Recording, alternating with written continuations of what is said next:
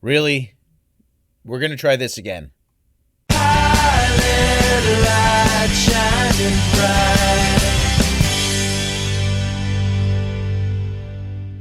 In case some of you hadn't heard, on November 21st, it was announced that Legendary Pictures had acquired the rights to Frank Herbert's science fiction masterpiece, Dune.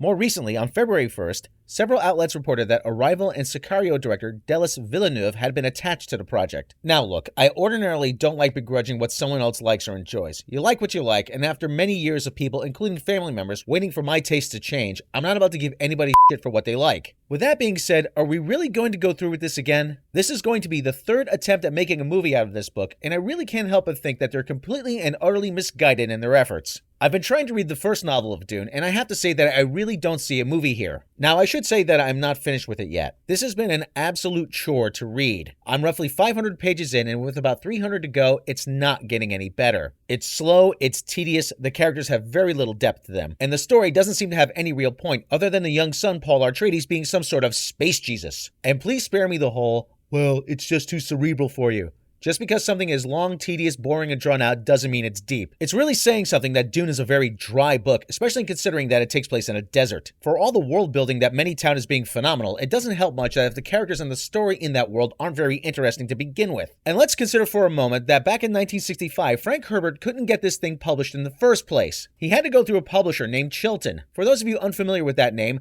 they primarily publish auto repair manuals. So to sum up, yeah, Dune?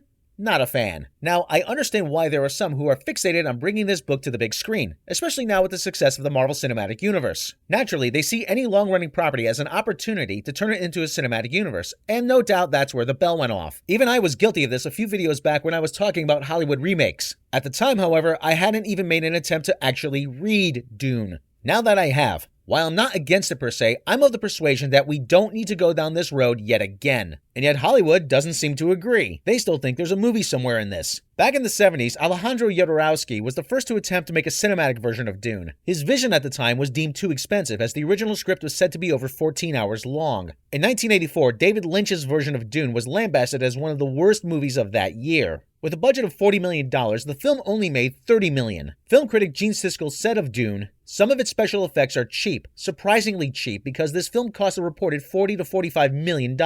Keep in mind that Siskel was saying this about a film that was released only 1 year after Return of the Jedi, which comparatively had a budget of $32 million. The film was so poorly received that director David Lynch demanded his name removed from any future releases. On many television screenings of the film, his name is replaced by director Alan Smithee, a Hollywood pseudonym that is normally associated with directors who are embarrassed by their work and wish not to sully their reputation. In 2008, the rights to Dune landed with Paramount, and Hancock, Friday Night Lights, and Battleship director Peter Berg was brought in to make a big screen adaptation. After a year, he was out, and Taken director Pierre Morel took up the project in 2010. A year later, in 2011, Paramount dropped the idea altogether. All of this brings us to now. For all intents and purposes, it seems that many are so hell-bent to make a movie out of Dune that they are ignoring the one glaring problem with the source material, which is this. There was an episode of Archer where Pam went back to her hometown for her sister Edie's wedding. Edie, being naturally mean-spirited and never having treated Pam with any sort of respect, said that Pam looked like 10 pounds of in a 5-pound bag. That, in a nutshell, encapsulates the problem with Dune. There's far too much material to squeeze into a 2.5-hour movie, and most of that material doesn't translate well because it's primarily the world building. Making that into a movie would be pointless unless you were making a BBC-style documentary, Planet Arrakis. By the time you strip away the world building, you're left with the politics and the Space Jesus story, and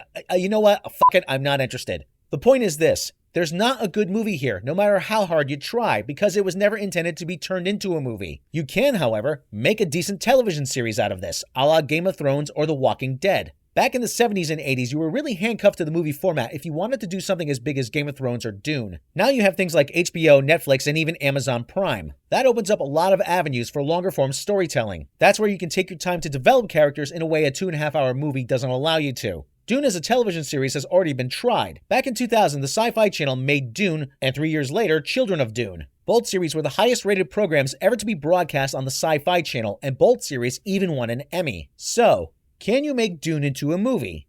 No. Can you make Dune into a television series? Probably. So do us all a favor, and let's give this a pass as far as a movie is concerned this time. You can thank me later. Next episode, something completely different. Maybe. I haven't decided yet. See you next time. Yeah, I know the clock is ticking, but the Nets are gonna kick in. My